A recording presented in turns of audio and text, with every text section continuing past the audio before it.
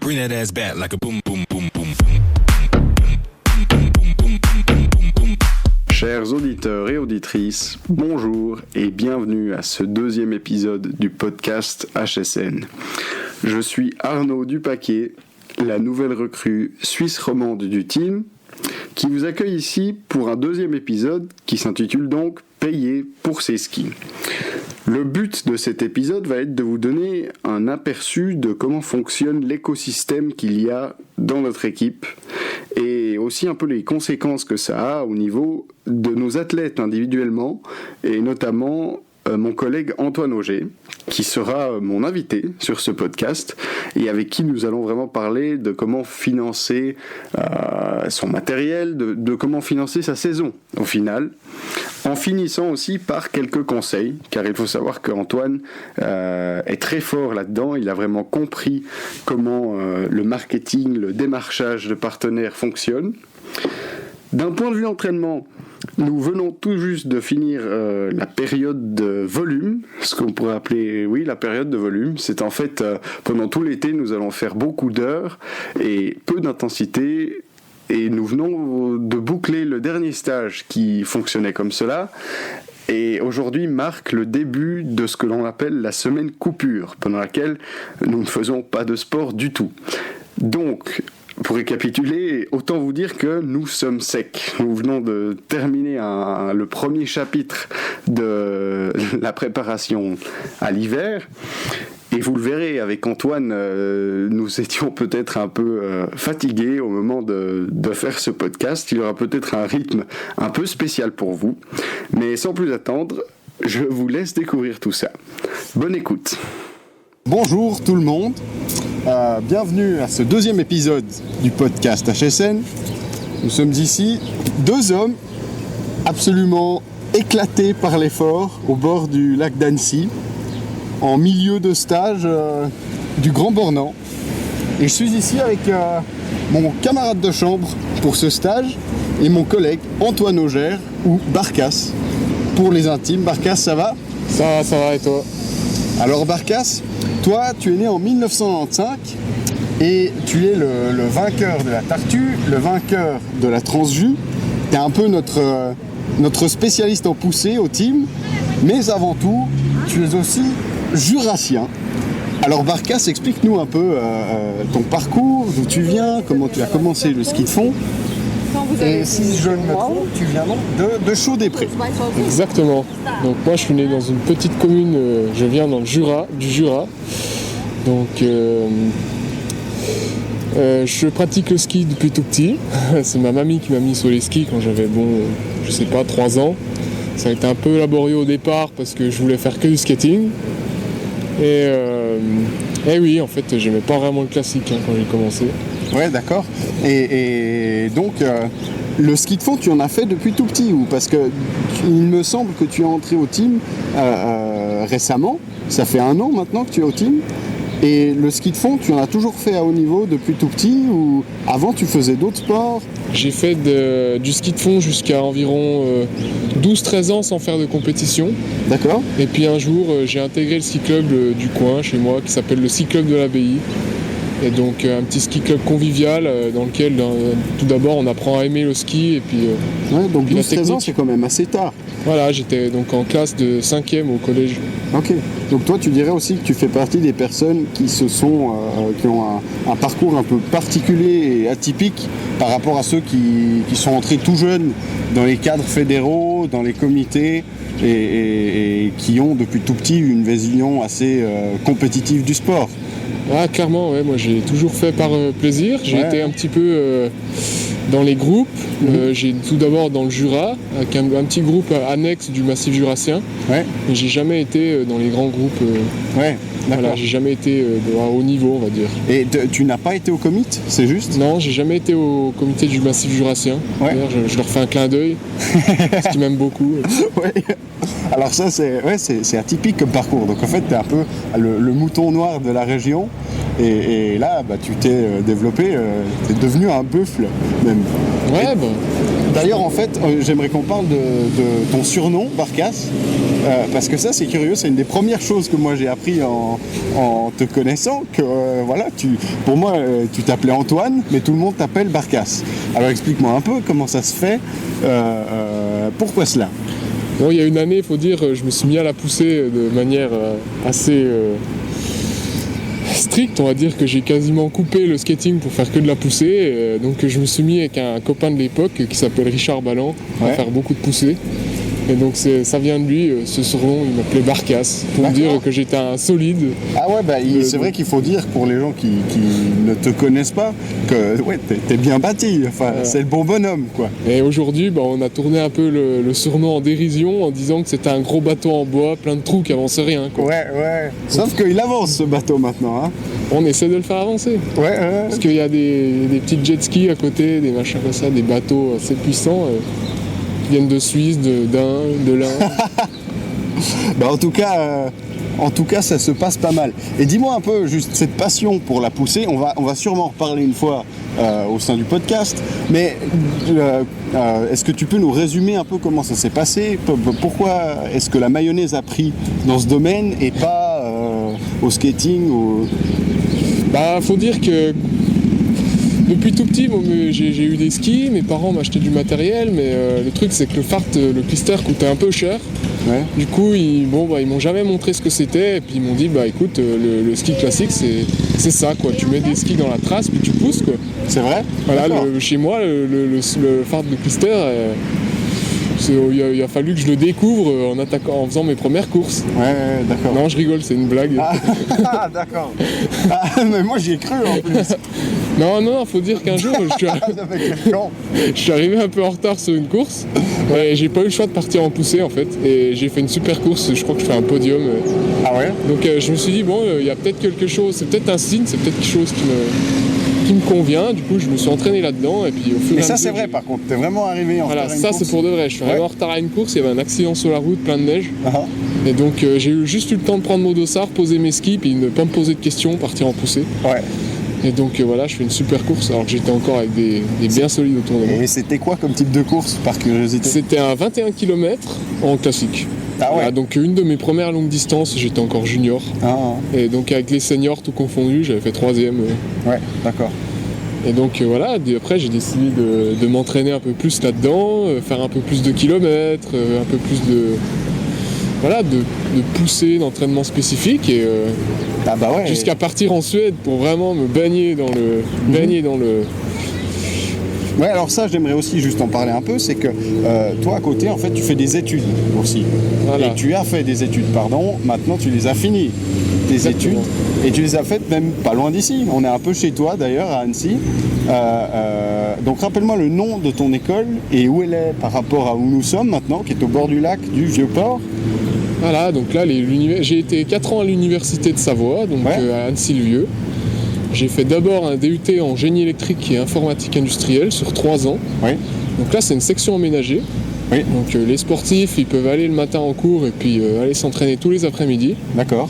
Donc ça a été un peu précurseur de ma progression. J'ai eu de la chance qu'ils me fassent confiance, donc j'ai pu m'entraîner tous les après-midi pendant 3 ans. Et ensuite, j'ai fait un bachelor, donc c'est l'équivalent d'une licence professionnelle en performance sport, textile, footwear. Donc c'est tout du développement de vêtements et de chaussures de sport. Ouais, d'accord. Donc là, c'était pas aménagé, mais c'était très intéressant de mettre le sport de haut niveau et les études en relation. Oui, tout à fait. Et j'imagine que ça se prêtait aussi un peu à ton parcours sportif. Exactement. C'était très intéressant dans le sens où on apprend à s'habiller correctement pour aller en ski, par exemple. Parce que mine de rien, on se rend compte que des fois on a un peu froid, un peu chaud, et là j'avais juste les bonnes couches sur moi pour aller m'entraîner. Donc tu apprends à jouer avec ça, avec ce qu'on t'apprend. Et c'est au cours de cette deuxième partie de formation que tu es parti pendant 1 an en Suède, c'est juste ?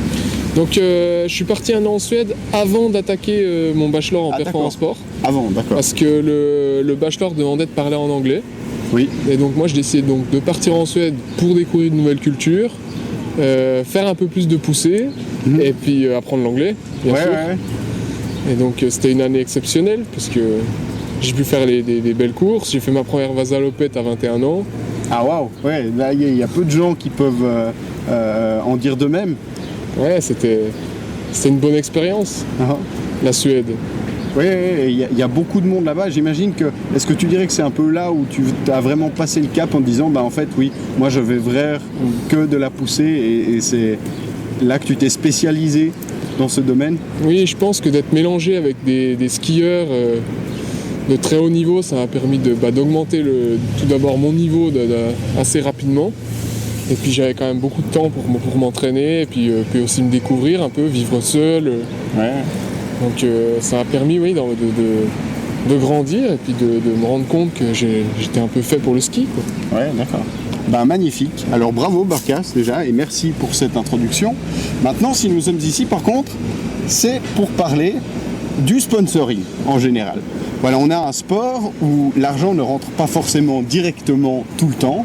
Quand ça se passe bien, oui. Mais même là, ce n'est pas forcément en grande quantité, surtout sur notre circuit. Oui. Et voilà, on est donc forcé de trouver des moyens de faire rentrer des fonds. Et j'aimerais qu'avec toi, qu'on parle un peu de tout cet écosystème et de comment ça se passe. Alors déjà, avant de parler de comment l'argent rentre, il faut qu'on parle de comment il sortent. Et c'est là que j'aimerais te demander, Barkas, ta première question, c'est quel est ton budget à peu près et où est-ce qu'il part durant l'année pour faire une saison de ski de fond? Si tu peux nous donner des chiffres, si tu veux, c'est tout aussi bien, mais tu n'es pas obligé. Hein. Et voilà. Alors, comment l'argent passe, et où il va et en quelle quantité à peu près? Bon, tout d'abord, quand on est pousseur, je pense qu'il faut une dizaine de poules chez soi pour avoir des œufs. Alors, je rigole. Les protéines, c'est ça? Voilà, exactement. Non, contrairement à ce qu'on pourrait croire, voilà, c'est pas... Je mange autant de protéines que les autres. Là. Ouais. Bref. Au niveau dépenses, c'est du matériel, quand on n'a pas forcément de contrat. Bon, dans mon cas, j'ai la chance d'avoir un partenariat matériel pour mes skis de fond. Oui.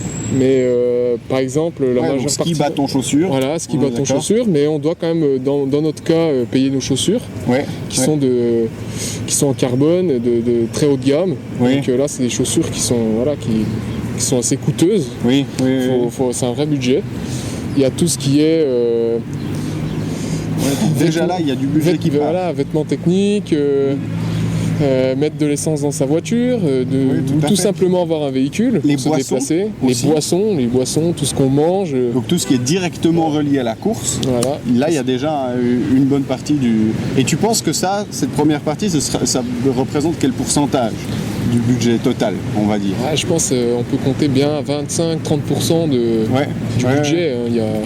Donc un bon tiers. Voilà, il y a de l'essence, il y a de la nourriture, il y a... Une bonne part du gâteau en fait. Exactement. Mais alors quelles sont les deux autres tranches qui restent, ou les deux tiers qui restent?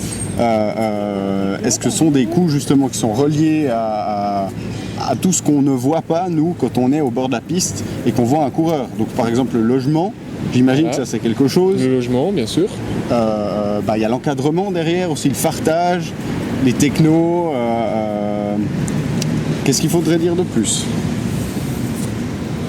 Il faut dire que quand on fait du ski de fond, il y a toutes ces choses dans l'ombre. C'est vrai qu'on va en stage. On va en stage. Pendant un stage, il faut bien se déplacer. On a un coach qui s'occupe de nous. Il faut du matériel, il faut à manger, il faut... et l'entraînement aussi. Voilà, il faut beaucoup de choses. Il faut un entraînement. Donc c'est beaucoup d'argent... Ça a un coût, tout cela, et donc il y a des choses à mettre en place, et puis voilà, c'est les athlètes, ça doit venir des athlètes. Oui, tout à fait. Et en fait, la structure dans laquelle on est, même le Haute-Savoie Nordic Team, ça nous coûte à nous aussi. Exactement. Et c'est pas quelque chose où on est payé pour le faire ou quoi que ce soit, mais il faut nous aussi qu'on contribue afin de pouvoir faire partie de cette équipe. Donc ça fait partie aussi du budget, j'imagine. Je voulais y venir, justement. Le Haute-Savoie Nordic Team, c'est... quand on n'est pas athlète au Savoyard, il y a une compensation de la part des athlètes étrangers, comme toi et moi. Ouais, tout à fait. Donc voilà, c'est une somme assez importante. Je ne sais pas si je dois mentionner... dans le podcast, mais... Ah non, tu peux dire que c'est une partie du gâteau. C'est une partie très importante qui, pour ma part, a failli me faire arrêter le ski. Mais bon, quand on a une tête de mule, on essaie de faire péter les verrous, comme dirait notre coach. Mais après, bon, l'avantage, c'est que cette partie, elle permet justement de faire des stages sans avoir à soucier du logement, par exemple, exactement. Ou bien de la nourriture. Donc elle couvre un peu... c'est un investissement, mais derrière, on reçoit beaucoup plus en échange. Le rendement, ça c'est clair. Donc voilà, comme investissement, il y a ça, c'est beaucoup, mais ça vaut le coup. D'accord, oui, donc il y a vraiment deux parties. Il y a l'investissement ou le budget qu'on a directement pour pouvoir faire la course, et il y a tous les coûts secondaires, on va dire, qui sont toutes les autres choses dont on vient de parler. Et maintenant qu'on sait donc comment l'argent sort, il faut aussi qu'on parle maintenant de l'autre côté de comment l'argent rentre, n'est-ce pas? Et ça, c'est le Suisse qui parle. Et c'est là qu'on en vient au sponsoring, en fait. Et on va peut-être parler de plusieurs étapes. J'imagine que la première étape, et ça on est tous passés par là, c'est maman et papa. Voilà. C'est que quel que soit ton niveau, il y aura toujours des saisons où il faut pouvoir compter sur sa famille finalement. Exactement, donc un petit conseil pour commencer, toujours dire bonjour à papa et maman quand vous levez le matin. Voilà, restez bien gentils. Voilà, quand vous rentrez de stage, il faut ramener des petits chocolats, du fromage de la tome de Gérard Agnolet, voilà, des trucs comme ça, et après vous êtes sûr que vous avez vos parents sous la main et que votre saison elle est financée. Voilà. Non, je rigole parce que nos parents n'ont pas tous, ne travaillent pas tous dans des banques. Non, mais si tu vois, si on faisait justement, on revient au gâteau du budget, et ben maintenant il faut trouver un gâteau identique pour pouvoir compenser. Exactement. Et je pense que les parents et la famille, c'est quand même une grosse part, et ça reste pendant longtemps encore une grosse part, même que ce soit simplement un support immatériel. Je pense que jusqu'à mon arrivée au team, oui, c'était en effet donc mes parents qui s'occupaient de tout ça. Et depuis mon arrivée, justement, on a essayé de changer tout ça. Moi, j'ai envie de prendre un peu mon envol, comme on dit. J'ai envie de me sentir indépendant. J'ai pas envie de devoir tout cela à mes parents, même si je pense qu'ils seraient toujours là pour moi. Et donc, c'est pour ça qu'on essaie de trouver des nouvelles solutions. Et puis, Tout à fait. Et donc, un des premiers paliers pour devenir indépendant, j'imagine que c'est le matériel, comme on dit justement, c'est de couvrir la première part de gâteau. Voilà. Donc, ski, bâton, chaussures, et d'essayer de trouver du support là-dessus. Alors apparemment les chaussures, comme tu le dis, c'est plus dur à trouver que le reste. Voilà. En fait, moi de mon expérience, je confirmerais aussi que c'est les chaussures en fait, parce que ski et bâton c'est bon, mais on cherche les chaussures. Les gens maintenant c'est tellement la pointe, il y a tellement de carbone dans les chaussures, elles coûtent tellement cher à fabriquer que c'est très dur de pouvoir en recevoir simplement comme ça. Et c'est la pointe de la pyramide du matériel. Voilà, je pense que dans le matériel, il y a une grosse partie qui est consacrée à la chaussure, et puis il y a tous ces petits gadgets électroniques ou autres qu'on peut ajouter autour de l'entraînement, comme je sais pas moi, un électrostimulateur pour récupérer. Je sais pas, on a tous un ordinateur, un téléphone, un casque audio, et puis au final absolument. C'est des choses qu'on emmène en stage, donc faut y compter dans l'investissement aussi. Oui, tout à fait, ça fait aussi partie du support matériel, voilà. Et ensuite donc, peut-être une troisième étape dans cette grande pyramide, ou ce grand gâteau, cette tourte pour rester dans la métaphore d'argent, eh bien c'est le sponsoring, et vraiment comme on l'entend, le sponsoring direct, donc les gens qui vont payer pour avoir leur logo, leur marque, leur image associée à la tienne. Et avoir un bout de combi ou un bout de veste ou sur la voiture. Et ça c'est à peu près, moi je le vois comme la troisième étape, parce que c'est un peu ce qui vient en troisième, qu'il faut avoir déjà bien acheminé les deux premiers paliers pour pouvoir en arriver là. C'est très dur de commencer en ayant directement des gens qui vont vous demander de vous représenter sur la combi alors qu'on n'a déjà pas de support matériel par exemple. Oui, comme je disais tout à l'heure, on fait un petit sport pas bien connu, c'est pas de la Formule 1, c'est pas du football, donc c'est pas les gens qui vont venir à nous, mais c'est plutôt nous qui devons aller aux gens. Et donc moi dans mon cas, je suis pas forcément rapide sur les skis, donc dans un premier temps il a fallu que je monte toute ma détermination, que je présente mon projet, autant professionnel que sportif, pour motiver une boîte à me sponsoriser. Parce que je veux dire, une boîte, elle n'a pas envie juste de donner de l'argent à un skieur parce qu'il a envie de faire des courses. Et derrière, il y a toute une histoire à raconter. Il faut montrer toute sa détermination et puis sa rage de vaincre. Oui. Alors ça, tu le dis très bien, et c'est presque c'est un conseil en fait à donner aux jeunes. C'est que le sport, au final, c'est bien plus une histoire et un spectacle que des résultats. Exactement. Être vite n'est pas forcément une condition qui est catégorique pour pouvoir avoir un support. Et ce qu'il faut, c'est savoir bien raconter son histoire et convaincre les gens de croire à son projet et en fait d'y croire soi-même. Et on peut citer comme exemple un ami en Norvège qui est très fort là-dedans, qu'on ne connaît pas pourtant, à part ceux qui sont dans la communauté du ski de fond, parce que justement il n'est pas forcément très fort. C'est une personne, elle est top 30 en Norvège, c'est Peter Skinstad, mais qui lui sait se vendre, qui a vraiment compris ce système et qui en profite à max. Enfin, il a une veste, on voit presque plus la couleur de la veste, tellement il a de sponsors. Exactement. Ouais. Et lui, il fait ça merveilleusement bien. D'ailleurs, toi, tu as eu la chance de pouvoir t'entraîner avec lui. Et est-ce qu'il t'a donné quelques conseils comme ça Donc moi j'ai vu qu'il était en vacances sur Annecy, je me suis dit c'est intéressant, vu que j'y suis aussi, je vais l'appeler un petit coup, savoir si on peut skier ensemble déjà pour passer un bon moment. Et puis quand je l'ai vu, je me suis dit waouh, il a la même veste que moi, sauf qu'on reconnaît même plus que c'est la même quoi. Parce qu'il était criblé de sponsors. Et je lui ai dit mais quel est ton secret, comment fais-tu? Et puis lui il m'a tout simplement répondu que quand on a un sponsor, le sponsor, en échange, il aimerait une contrepartie, il essaie de s'y retrouver. Donc Peter, il est très intelligent là-dessus, c'est qu'il arrive à proposer quelque chose de personnalisé pour son sponsor. Voilà, de quelque chose qui profite aux gens, je sais pas moi, des photos, des jeux concours, de la vente, et alors ça, moi, des voyages, des entraînements. Tout à fait, et je crois que c'est très actuel en fait de nos jours. On recherche beaucoup de validation. On est tout le temps sur nos téléphones, on est tout le temps sur les réseaux sociaux, et on aimerait simplement être reconnu. Tu vois, même moi là avec mon podcast, ce que j'aimerais c'est de la validation et de la donner aux autres. C'est le meilleur moyen de raconter sa propre histoire. En fait, il faut d'abord écouter l'histoire des autres avant de raconter la sienne. Je pense. Tout à fait.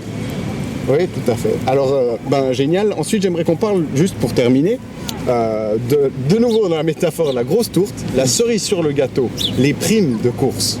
Ça, c'est de l'argent qui est direct, qui est finalement palpable, qui vient très vite et qui peut être de grosses sommes. Mais est-ce que c'est quelque chose sur lequel on peut compter pour fonder sa saison? Est-ce qu'on peut se dire, tiens, ou toi, pour ta saison, tu te dis, tiens, maintenant je sais que j'ai tel ou tel niveau, donc je me dis, je peux au moins viser le podium de telle ou telle course, donc je sais qu'il y a tant d'argent qui va rentrer, ou pas du tout. Est-ce que tu te lances en te disant, non, moi je me base là-dessus. Quelle est ton approche au niveau des primes, Barkas? Je pense que les primes de course, c'est le facteur X dans tout ce qu'on fait. Parce que cette année, ça va que j'ai eu de la chance, et puis que j'ai gagné des courses, et puis que j'ai eu la surprise d'avoir des primes. Oui. Mais cette année, ils ont quand même recruté un Suisse, des mecs comme ça, donc je pense que je peux plus que trop compter là-dessus. On verra. De toute façon, maintenant... C'est pour ça que j'essaie de travailler très fort sur mes sponsors avant saison. Parce que je pense que les booms, ça va pas trop... t'es trop modeste, moi je crois. Je me fais pas de soucis. En tout cas, la Transdu classique, je te la laisse. Ça, je peux te le promettre. De toute façon, t'es obligé, parce que sinon... J'ai une mafia dans le Jura. T'as une raison, c'est vrai qu'on est chez toi, il faut pas que je fasse le con. En tout cas, merci beaucoup de t'être prêté au jeu, Barkas. Alors maintenant, comment est-ce que la journée se termine aujourd'hui Et bien là, on a 5 minutes pour aller jusqu'au bus, enfiler des chaussures de ski, classique, et puis on va rentrer en poussée jusqu'au Grand Bornand. Ah, ça va. Il y a 36 km. Tout à fait. Et là, on a à peu près on a 2 jours encore de stage, et après on aura une semaine de récup. Voilà. Toi, t'as prévu quelque chose pour la semaine de récup? Donc oui, j'ai 2-3 petits rendez-vous. Donc on parlait de sponsoring, je vais rencontrer des partenaires. Attends, les petites corrections, en fait, c'est pas une semaine de récup, c'est carrément une semaine coupure. Voilà, on va pas faire de sport du tout. On fait pas de sport. Tu te réjouis? Ça va faire du bien, je pense, parce que moi, comme toi, on commence à être fatigué, et puis on a fait du bon travail, et je pense que c'est très bien aussi de reposer le corps et l'esprit, changer d'air. Ah, moi en tout cas je me réjouis, là j'en peux plus et ouais, je compte les jours. Je sais même pas si je vais arriver à tenir jusque là, mais oui. Non, on va y arriver, mais je pense que ça va nous faire du bien de faire autre chose, de voir un peu. Elle se fait attendre en tout cas cette semaine. Voilà. Très bien. Alors Barkas, de nouveau, merci beaucoup. Hein. Merci mon petit. Bon entraînement et bon après-midi. Bon après-midi à tous. Au revoir. Don't you know we're talking about a revolution and it sounds like a ski pool, yeah. Don't you know we're talking about a revolution and it sounds